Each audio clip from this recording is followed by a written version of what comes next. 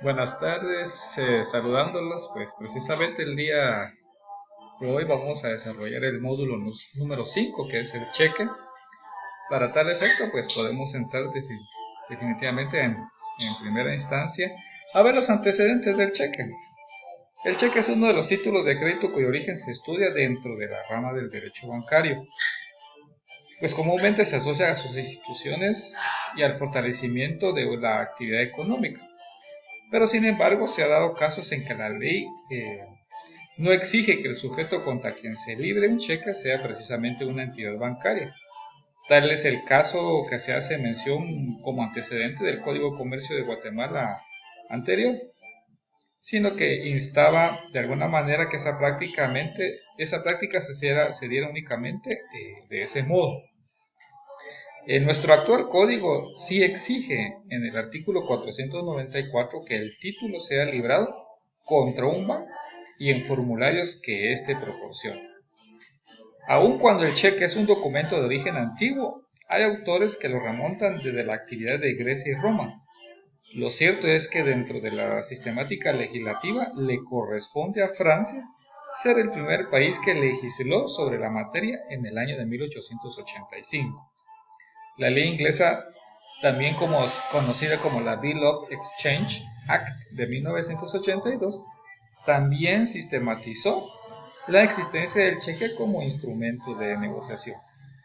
Dentro de ello tenemos también que este documento sucede igual como la letra de cambio, pues ha existido un movimiento internacional para unificar la legislación con el fin de facilitar las transacciones del comercio internacional. El Reglamento Uniforme de la Haya de 1912, el proyecto de la Cámara de Comercio Internacional de Estocolmo de 1927, la Ley Uniforme del Cheque de 1931, son también antecedentes a la utilización del cheque.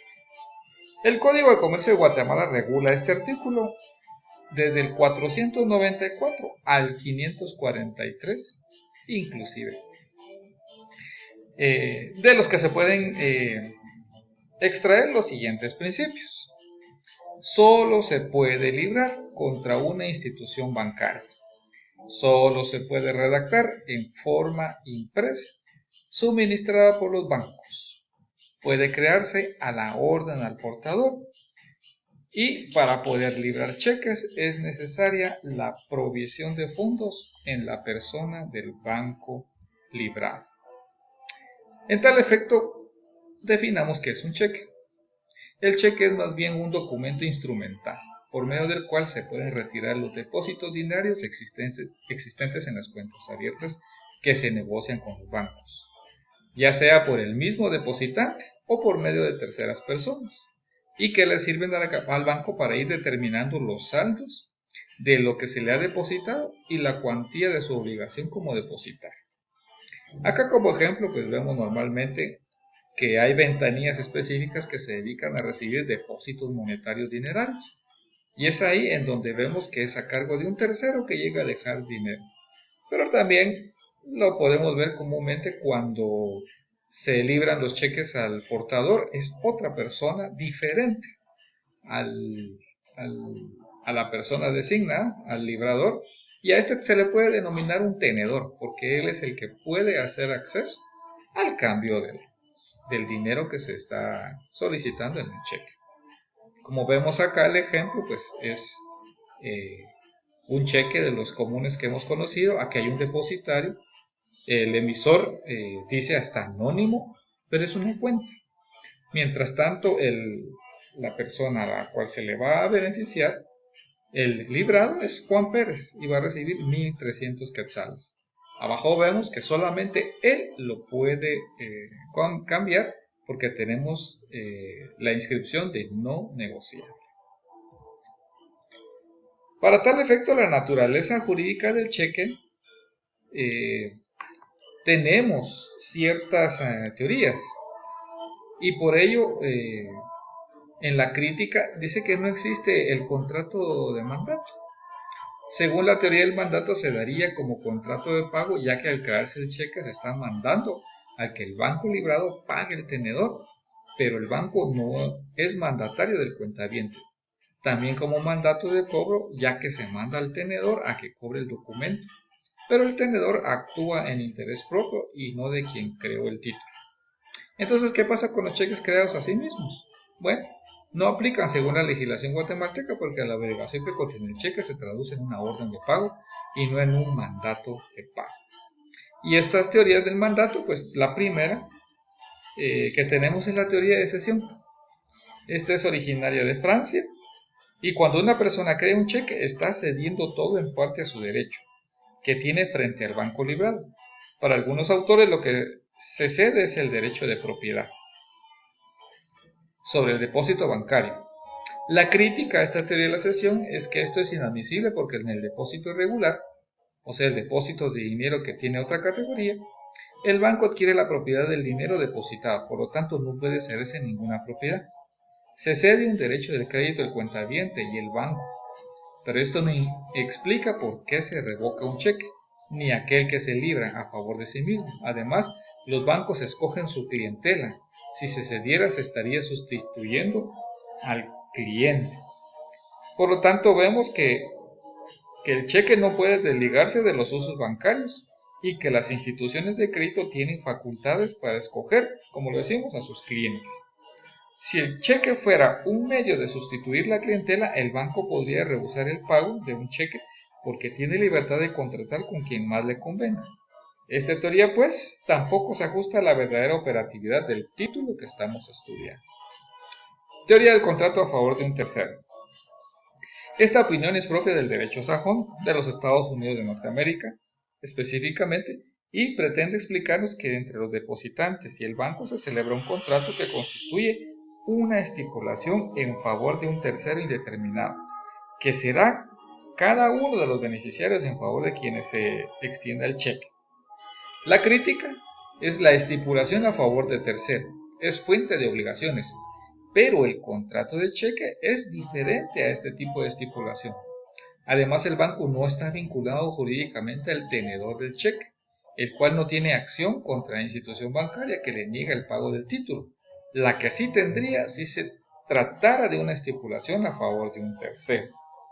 Por este motivo, y porque el banco no está vinculado jurídicamente al tenedor del cheque, es que éste no tiene acción contra la institución. En resumen, el negocio bancario que origina el cheque es un vínculo exclusivo entre depositante y banco, y por tal razón no hay ninguna estipulación que pueda generarse de tal relación. Contrato a favor de un tercero. Veamos esta teoría que es tercero, que es parecida. Confunde el contrato con el cheque. Considera que entre el librador y el administrador existe una relación negocial. La crítica a estipulación a cargo de un tercero es que no es posible estipular a cargo de un tercero que en ningún momento ha participado en un acto que lo vincule al tenedor del cheque. La obligación es con el depositante y ante él responde por la conducta de no pagar. Veamos acá las características propias de sus instituciones y la misma naturaleza. Es que crear cheques es necesario que el librador haya celebrado previamente un contrato con el banco, que será su librado. Este contrato se le llama contrato de giro o contrato de cheque o depósito a la vista, que genera una cuenta de depósitos abiertos, cuyos fondos son retirables mediante el título de crédito llamado cheque. El banco es el depositario del dinero de su cuentaviente y le va entregando y debe devolverlo conforme aquel se lo vaya ordenando. Estas órdenes datan de los cheques y el pago se hace en favor de persona determinada o al portador, con cargo a los depósitos efectuados. En este sentido, hasta llegamos a pensar que ni siquiera vale la pena considerarlo como medio de pago de forma absoluta, porque hay cheques que se libran en favor del mismo librador. Es más bien un documento instrumental por medio del cual se pueden retirar los depósitos dinerarios existentes en las cuentas abiertas que se negocian con los bancos, retiros efectuados por el mismo depositante o por terceras personas. Acá, pues también se puede emitir un cheque a nombre del mismo librador. ¿Con qué objeto? Con el objeto de abonar. Tal vez tienen una tarjeta de crédito y esa tarjeta de crédito le pertenece al banco. Entonces lo que hacemos es librar a nombre del banco para que de nuestro depósito se cambie ese dinero y se abone a la cuenta del saldo de la tarjeta de crédito. Vemos entonces más adelante esa creación y formas de cheque.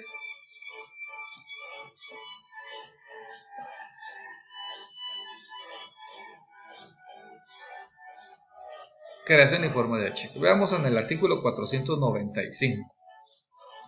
El artículo 495 del Código de Comercio nos establece una definición muy interesante y dice de esta naturaleza.